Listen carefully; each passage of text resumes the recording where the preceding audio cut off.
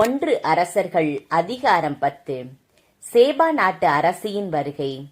ஆண்டவரின் பெயரை முன்னிட்டு சாலமோன் அடைந்திருந்த புகழை பற்றி சேபா நாட்டு அரசி கேள்வியுற்று கடினமான கேள்விகள் மூலம் அவரை சோதிக்க வந்தார்.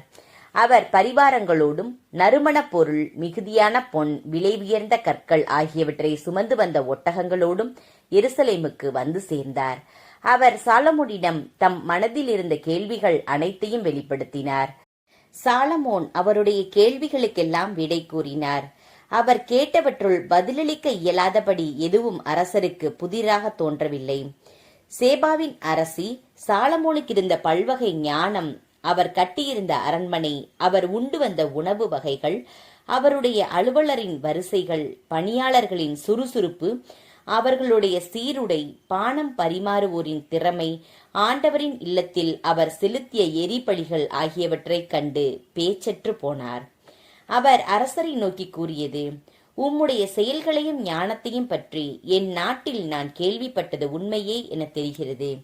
நான் இங்கு வந்து அவற்றை நேரில் காணும் வரை அச்செய்திகளை நம்பவில்லை. இப்பொழுதோ இங்குள்ளவற்றுள் பாதியை கூட அவர்கள் எனக்கு சொல்லவில்லை என அறிகிறேன். உண்மையில் நான் கேள்விப்பட்டதை விட ஞானமும் செல்வமும் மிகுதியாய் இருக்கின்றன. உம்முடைய மனைவியர் நற்பேறு பெற்றோர். எப்போதும் உமக்கு பணி புரிந்து உம்முடைய ஞானம் நிறைந்த மொழிகளை கேட்கும் உம்முடைய பணியாளரும் நற்பேறு பெற்றவரே.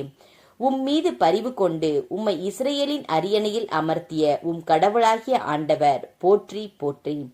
ஆண்டவர் இஸ்ரேலின் மீது என்றென்றும் அன்பு கொண்டுள்ளதால் அவர்களுக்கு நீதி நியாயம் வழங்க உம்மை அரசராக ஏற்படுத்தியுள்ளார். அவர் ஏறத்தாழ 4800 கிலோ பொன், ஏராளமான நறுமணப் பொருள்கள், விலை உயர்ந்த கற்கள் ஆகியவற்றை அரசருக்கு அளித்தார். சேபாவின் அரசியிடமிருந்து வந்தது போல அத்துணை நறுமணைப் பொருட்கள் அரசர் சாலமோனுக்கு அதன் பிறகு வந்ததே இல்லை. ஓபீரில் இருந்து பொன்னை கொணர்ந்த ஈராமின் கப்பல்கள் அங்கிருந்து வாசனை மரங்களையும் விலை உயர்ந்த கற்களையும் கொண்டு வந்தன. அவ்வாசனை மரங்களால் அரசர் ஆண்டவரின் இல்லத்திற்கும் அரண்மனைக்கும் ஊன்றுகோள்களையும் பாடகருக்கு இசை கருவிகளையும் யாழ்களையும் செய்தார். அத்தனை வாசனை மரங்கள் அதன் பிறகு அங்கு வந்ததுமில்லை, இன்று வரை காணப்படவும் இல்லை. அரசர் சாலமோன் சேபாவின் அரசிக்கு ஏராளமான பரிசுகள் கொடுத்ததுமன்றி அவர் விரும்பி கேட்டவற்றையெல்லாம் கொடுத்தார். அதன் பின் அவர் தம் பணியாளர்களோடு தம் சொந்த நாட்டுக்கு திரும்பி போனார். சாலமோனின் செல்வ சிறப்பு. சாலமோனுக்கு ஆண்டுதோறும் வந்து கொண்டிருந்த பொன்னின் நிறை ஏறத்தாழ 27,000 கிலோ. அதை தவிர அவரிடம் வியாபாரிகளும் வணிகர்களும் அரபு நாட்டு அரசர்கள் அனைவரும் உள்நாட்டு ஆளுநர்களும் பொன் கொண்டு வருவதுண்டு. அரசர் சாலமோன் பொன் தகடால் 200 கேடயங்கள் செய்தார். ஒவ்வொரு கேடயத்திற்கும் ஏறத்தாழ 7 கிலோ பொன் பயன்படுத்தப்பட்டது. மேலும் அவர் 300 சிறு கேடயங்களையும் பொன் தகட்டால் செய்தார்.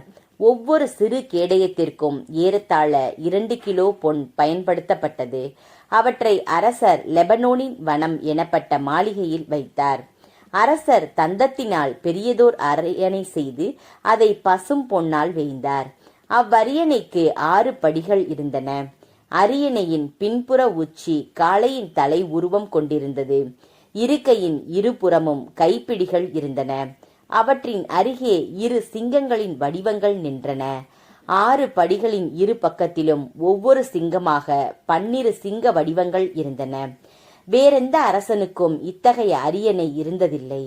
சாலமோன் அரசரின் பான பாத்திரங்கள் எல்லாம் தங்கத்தாலும் லெபனோனின் வனம் எனப்பட்ட மாளிகையின் கலன்கள் அனைத்தும் பசும் பொன்னாலும் ஆனவை.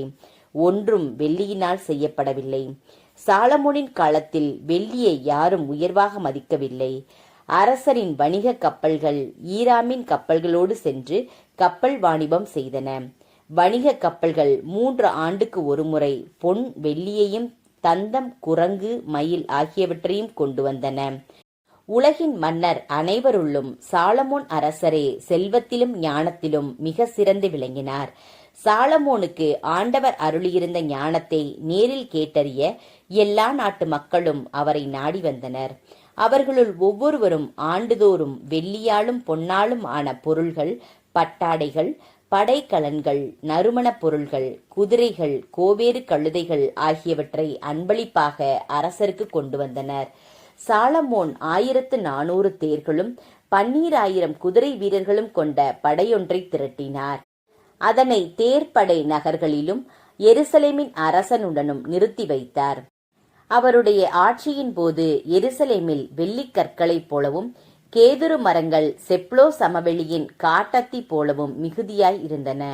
சாலமோன் எகிப்திலிருந்தும் கேவேயிலிருந்தும் குதிரைகளை இறக்குமதி செய்தார்.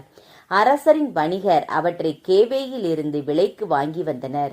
எகிப்திலிருந்து இறக்குமதி செய்யப்பட்ட ஒரு தேரின் விலை 600 வெள்ளிக்காசு, ஒரு குதிரையின் விலை 150 வெள்ளிக்காசு. இவ்வாறே அவர்கள் இத்தியரின் அனைத்து மன்னர்களுக்கும் சிரியாவின் மன்னர்களுக்கும் அவற்றை ஏற்றுமதி செய்தார்கள்.